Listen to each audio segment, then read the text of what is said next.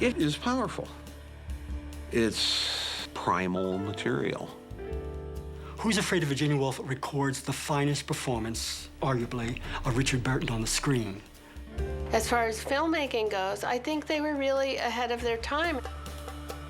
I believe it's true that people were really working to their top. Here was a 34-year-old unknown director, two actors which were considered to be somewhat miscast, a very kind of daring, emotionally violent film which could not have gone over with the movie going public. So I think it was a real surprise.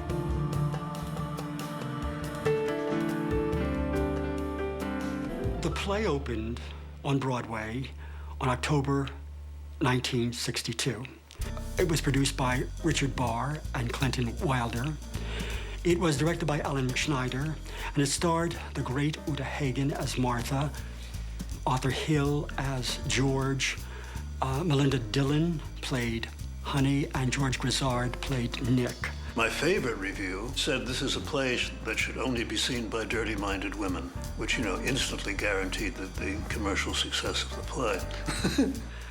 It went on to win 5 Tony Awards: Best Production, the Best Play, the Best Direction, and the Best Male and Female Actor of the Year.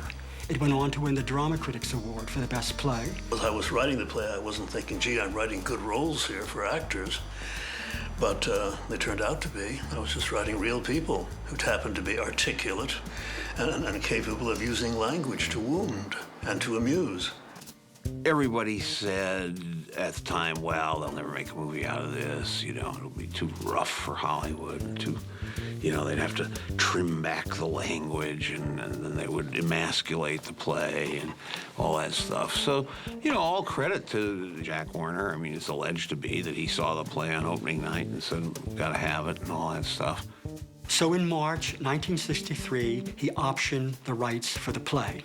And when he optioned the rights for the play, he sent a copy of the play to Jeffrey Sherlock. And it came back, and it said that if you want to make a picture of this, you have to get rid of all the profanity and all of the very blunt sexual dialogue. George? Yes, love? Why don't you want to kiss me? Well, dear, if I kissed you, I'd get all excited. I'd get beside myself, and then I'd have to take you by force right here on the living room rug, and our little guests would walk in, and, well, what would your father say about that? When it came time to adapt this into a script, Warner's choice was Ernest Lehman. Well, he'd done a bunch of Hitchcocks, you know, and he was North by Northwest, notably. He's a very witty man. He was on his way to doing Sound of Music. I was lucky because the producer who wrote the screenplay didn't screw up my text. It was still pretty much there. Though there were cuts, but the film basically represented the play fairly. What a dump! Huh? What's that from? I have the faintest idea. Dumbbell.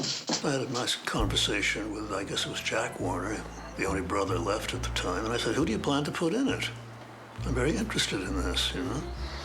And he said, I'm buying this film for Bette Davis and James Mason. I so wanted Betty to be in it. And I would have loved to have sat there and watched Bette Davis do an imitation of Bette Davis on purpose. What a dump! How wonderful, he remarked in an interview, to see Bette Davis do a parody of herself doing What a Dump, which actually Bette Davis did in the King Vidor film for Warner Brothers, Beyond the Forest, in 1949. The first actor we'd asked to play George was Henry Fonda, whose agent refused to show him the play. And so Henry didn't get to do it. Now, Lehman comes on, and Lehman says, I have to pick the director, I have to pick the cast, I have to pick the key craftsmen. In other words, I have to produce. And Jack let him produce. He has a producing credit. This is his first producing credit. He had that much clout in Hollywood. And he said that he wanted Elizabeth Taylor. Now, this flew in the face of what Jack Warner saw the film as when he optioned it and when he bought the rights. Script was sent to Elizabeth. Elizabeth, she's a very real woman. You know, she tells it like it is. She said, "This is a stretch. I do not know if I can do this." And her then husband, her fifth husband, Richard Burton, said, "Whether you can do it or not, it's not the question. You have to do it because nobody else should play Martha. This is a great piece." I was a little upset by the casting. I understood the commercial reasons behind it. I mean, Elizabeth and Richard were getting married and divorced a lot and yelling at each other a great deal, so I suppose they thought it was perfect casting. Even though Elizabeth was 20 years too young for the role, and Richard was about 5 years too old. There's a lot of booze going on there. So that always disturbs relationships. You know, they were just catnip to the gossip press. Probably by today's standards, it seems pretty mild, you know? But at the time, it was pretty sensational. I think that, you know, the notion of casting them in this movie as a battling married couple was a clever casting coup. People always like to think that actors are not acting, that they are drawing on something real and authentic in their natural lives to illuminate their work. And whether or not that was true in the case of Virginia Woolf, it seemed to be true to people. So there was a lot of frisson around it, you know. Martha, I run these flowers because you's... Oh, hell, Martha. Gee. Pansies, rosemary, violets, my wedding bouquet. So Elizabeth agrees, and Burton comes aboard, and then the Burtons, Mr. and Mrs., decide that they do not want John Frankenheimer, who has been slated as a director. They want Mike Nichols. Who? Mike Nichols. But Mike Nichols never directed a movie before. Burton and Taylor had gotten to know Nichols from Broadway because he was doing Nichols and May on Broadway, and Burton was doing Camelot at the same time, and that's how they connected. And actually, Liz Taylor requested Nichols as a director. So, because Ernie Lehman, who was the producer and bought the rights to the play, wanted Liz Taylor, then Liz Taylor wanted Nichols, and I guess they both wanted Burton. So he comes aboard, and this is spring 1965, and the first thing that happens is he works for 2 months with Ernest Lehman on the script. Well, he went back to the original. You know, it was pretty much back to the original before Mike Nichols came on the scene, but Mike Nichols enforced it even more.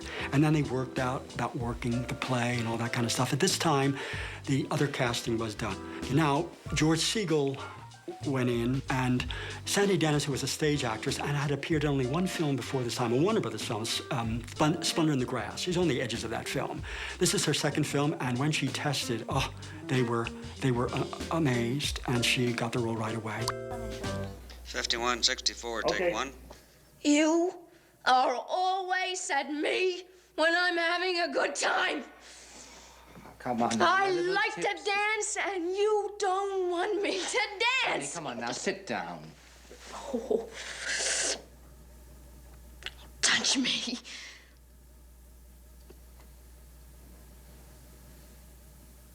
Just leave me alone. Just leave me alone.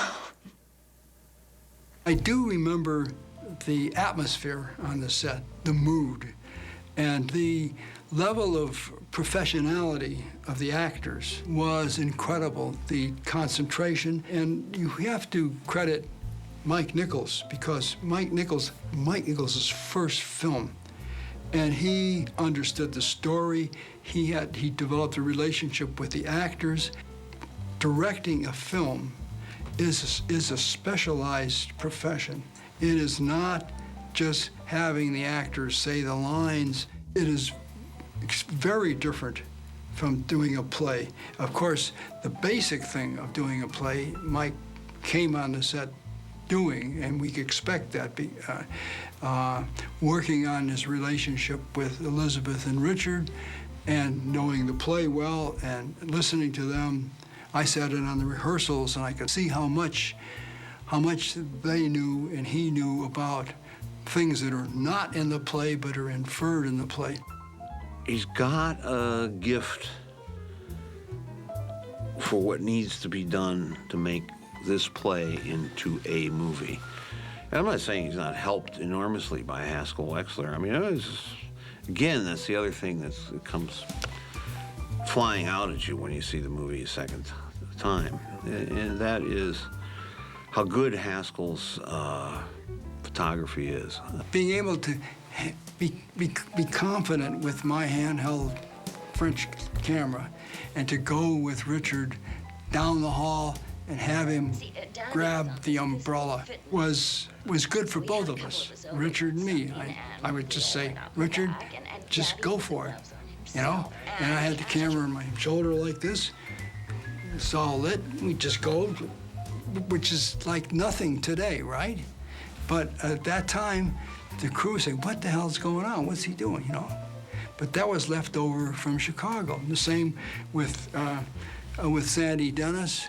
If you want to follow somebody around 360 and you want to be able to keep the same focus, you have something which ties the two of you together at exactly 5.5 feet or 6 feet, and then you're able to get the effect of I Dance Like the Wind. I dance like the wind.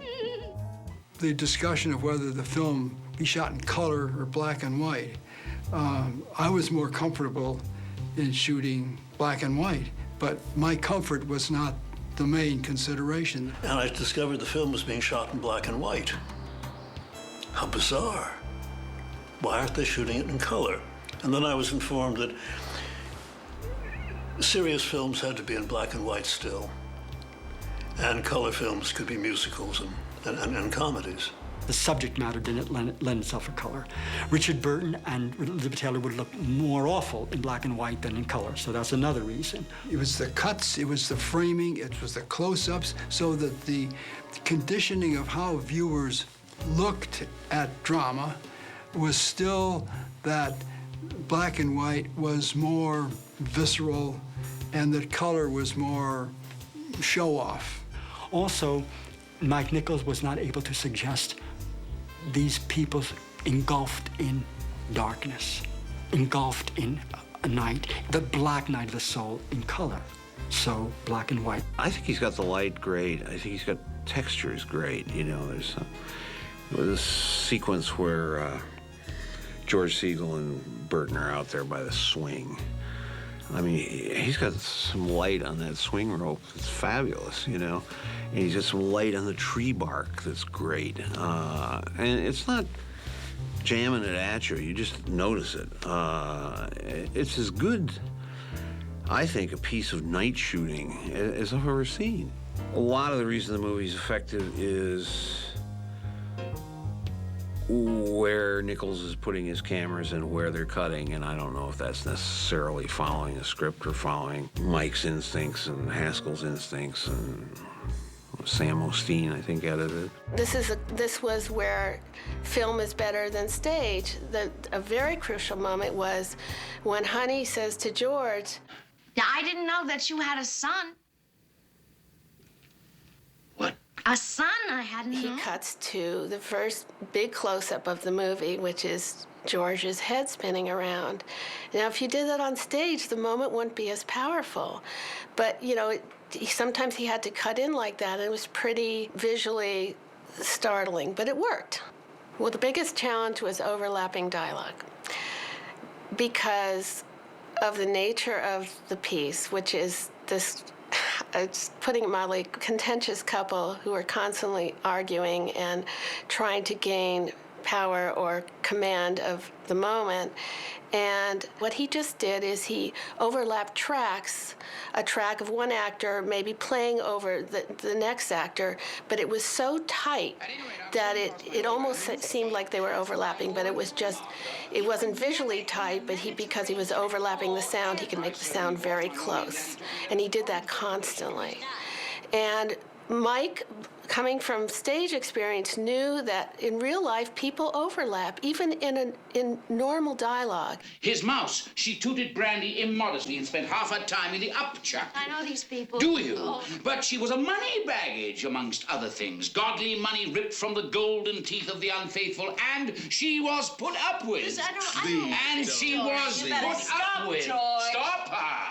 Please Beg, don't. baby. George! Nichols also was able to extract a performance from his performers. That's why Elizabeth especially, Burton is a performer, Burton is an actor, Elizabeth, she's a star.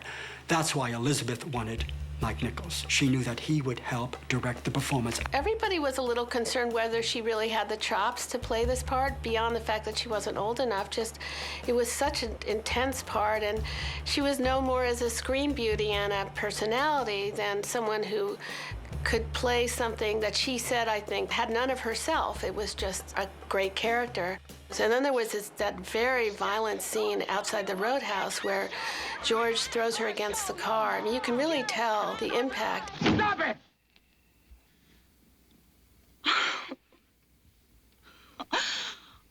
Oh, boy. You really are having a field day, aren't you? But it's the best work she's done in film.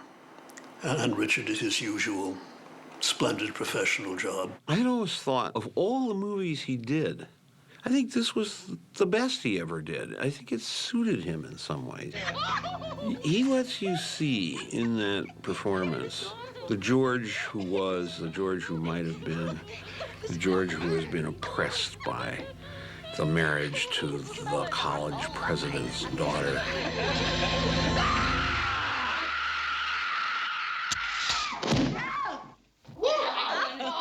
Oh, you did.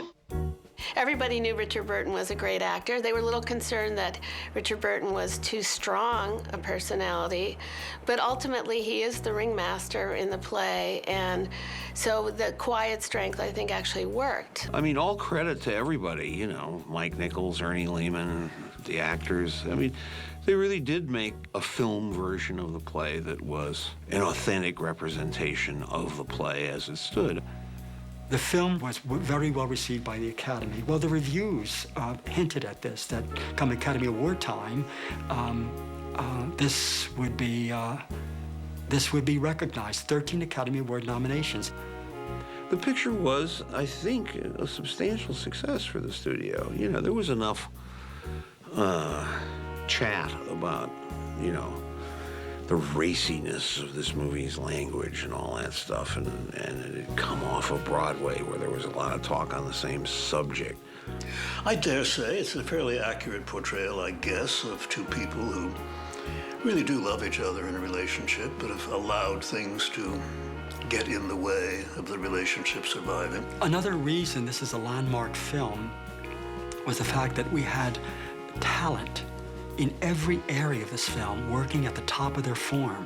I mean, how many films can claim that? When someone like Elizabeth Taylor is giving her all, playing something that she hasn't played before, being a way that she has never done before, seeing Mike Nichols and all the actors dedicated to what they're doing, interested in making a really good film. When we see that as a crew, and then also the crew saw me, who was not sure of myself and wanted to help me, and me appreciating their help, and all that give and take conviviality, when that's there, it also can reflect on the ultimate product. And I think in the case of Virginia Woolf, it did. I felt very, very fortunate that it was as good as it was, and it's pretty damn good.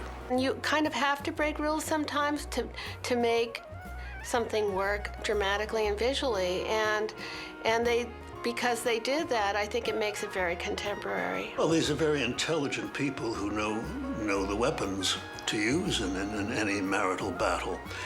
But one thing that a lot of people forget, and it's clear in any good production of the play, is that they enjoy each other's prowess a lot, and they're quite often amused by the terrible things they say to each other.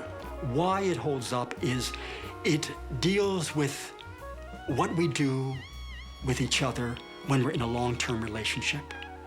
things we must do with each other to stay alive, to survive, to feel that relationship.